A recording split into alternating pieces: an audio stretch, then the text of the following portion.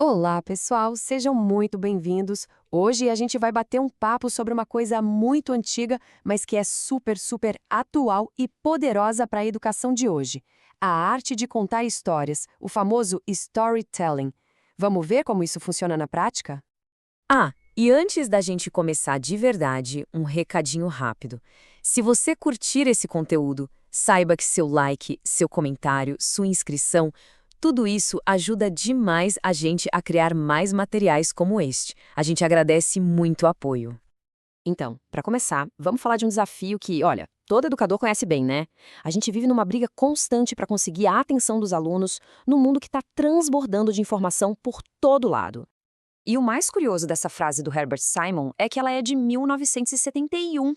Ou seja, esse problema não é de agora. A grande diferença é que hoje, com celular, internet, redes sociais, essa pobreza de atenção ficou muito, muito mais intensa. E aí fica a grande pergunta, né? A pergunta de US$ 1 milhão para qualquer professor.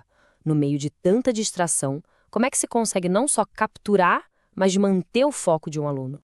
A resposta, olha, não é gritar mais alto ou preparar uma apresentação com 200 slides. O segredo está em outro lugar, um lugar muito mais profundo. Está na forma como o nosso cérebro foi programado para aprender.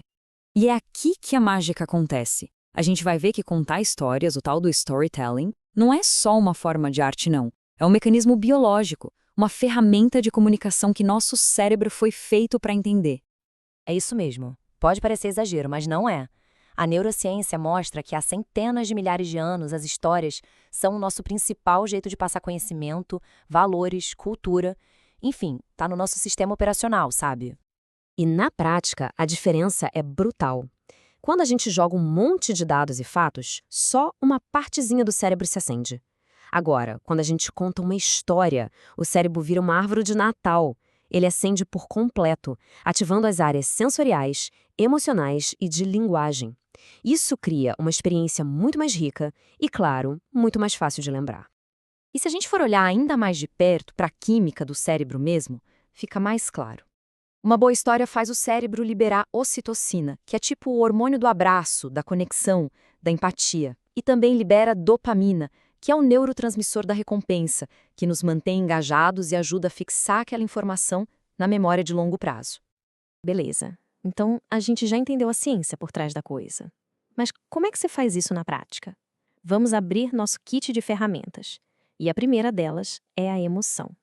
É ela que cria a ponte entre a matéria e o aluno.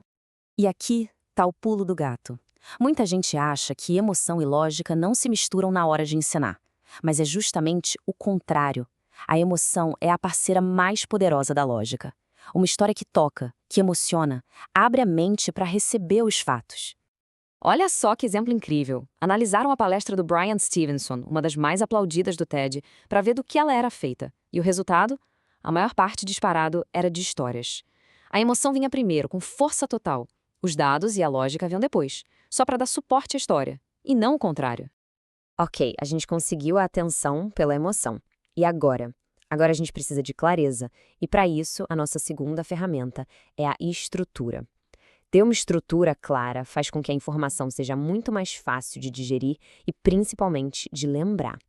E a estrutura mais clássica e eficiente que existe é a de 3 atos: começo, meio e fim.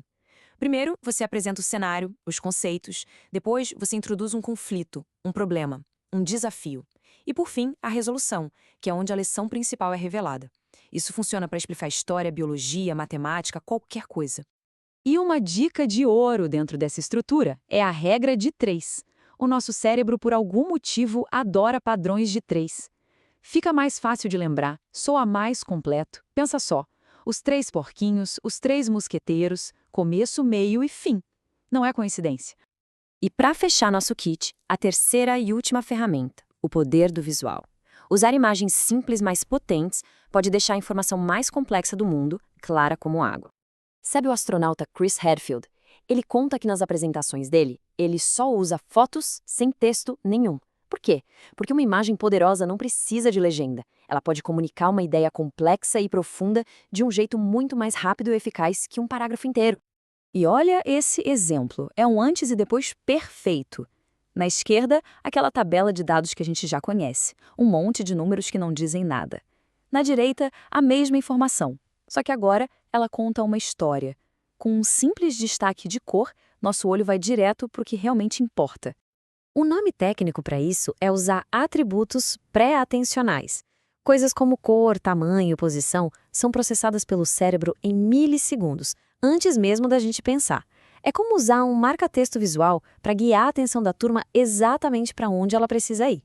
Bom, agora que a gente já viu o porquê e o como, é hora de juntar todas essas peças e colocar a mão na massa. Então, para a gente não esquecer, vamos recapitular nosso kit de ferramentas. Primeiro, a emoção conecta.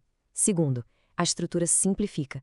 E terceiro, o visual clarifica. Com esse trio, qualquer aula pode se transformar numa história inesquecível.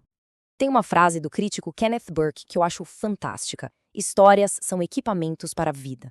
E é exatamente isso. Histórias não são só entretenimento, elas são as ferramentas que a gente usa para entender o mundo e o nosso lugar nele. E para a gente fechar, fica aqui uma provocação para pensar. De todo o conteúdo que precisa ser ensinado, qual é aquela história fundamental? Aquela única história que os alunos realmente precisam levar com eles para a vida.